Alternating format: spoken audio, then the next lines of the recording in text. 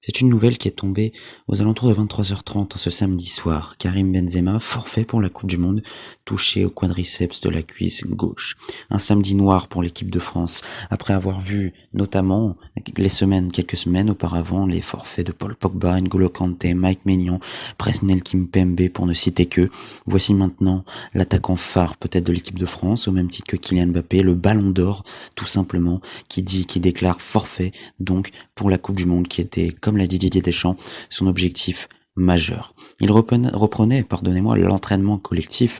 Il était même installé dans un 4-2-3-1 qui, avec les chasubles de possibles titulaires que Didier Deschamps avait mis en place, ça aurait été peut-être, s'il n'avait pas connu cette blessure, on aurait peut-être vu un Karim Benzema titulaire contre l'Australie, mais son corps en a décidé autrement. C'était une course contre la montre, il était gêné par sa cuisse droite, il n'avait joué que 30 petites minutes en un mois, mais c'est finalement son autre cuisse qui a lâché après une course, après un sprint, et donc Karim Benzema dit adieu au Qatar. Il a déjà quitté le Qatar au moment où on se parle.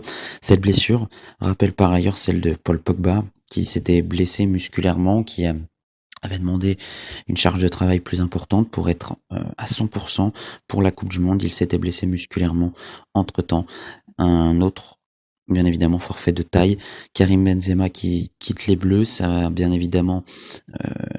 ça va bien évidemment impacter le groupe France. En tout cas, on espère que les Bleus vont se solidariser autour de ce même homme qui était dans le groupe des 26 et qui malheureusement, blessé, doit quitter le rassemblement.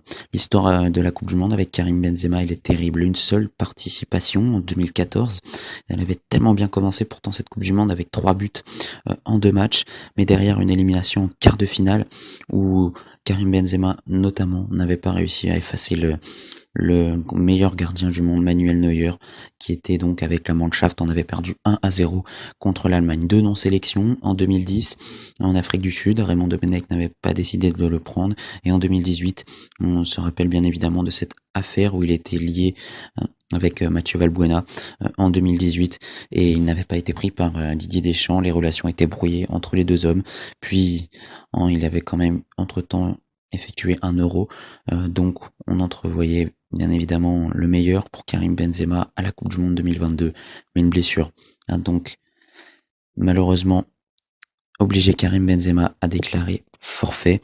Est-ce qu'il y aura une autre Coupe du Monde dans sa carrière? Telle est la question. On sait que Karim Benzema a une hygiène de vie irréprochable depuis quelque temps. Est-ce qu'il arrivera à tenir jusqu'à 2026? Ça va être difficile, en tout cas on verra bien comment Karim Benzema va se relever de cette terrible nouvelle.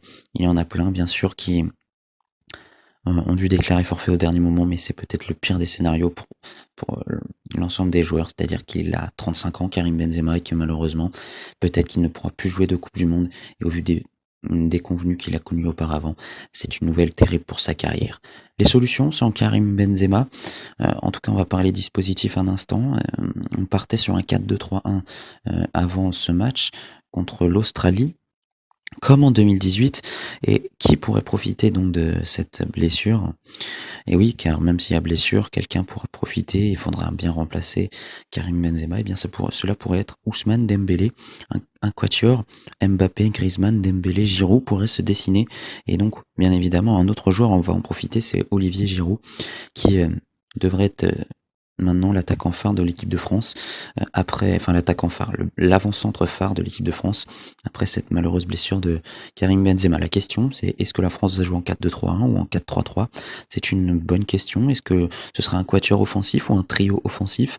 En tout cas, là, c'est ce qu'on va observer bien évidemment. Didier Deschamps, très prochainement, il semblerait qu'il parte vers un 4-2-3-1 contre l'Australie, mais peut-être qu'il reparte sur un 4-3-3 au vu de l'adversité, avec notamment une équipe de Danemark samedi prochain qui va bien évidemment nous embêter.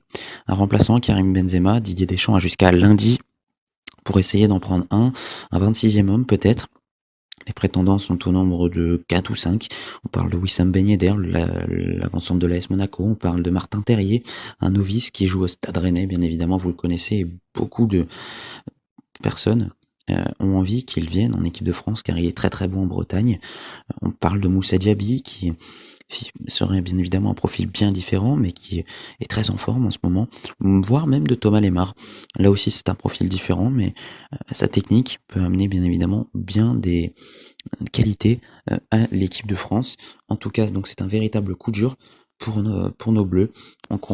Bien évidemment, sur 300% Sport, on va vivre ce mondial pour les Bleus et on espère qu'ils vont aller le plus loin possible malgré tous les embûches qui sont sur leur route. On espère que l'équipe de France va aller le plus loin possible et qu'elle va vaincre cette fameuse malédiction des champions du monde.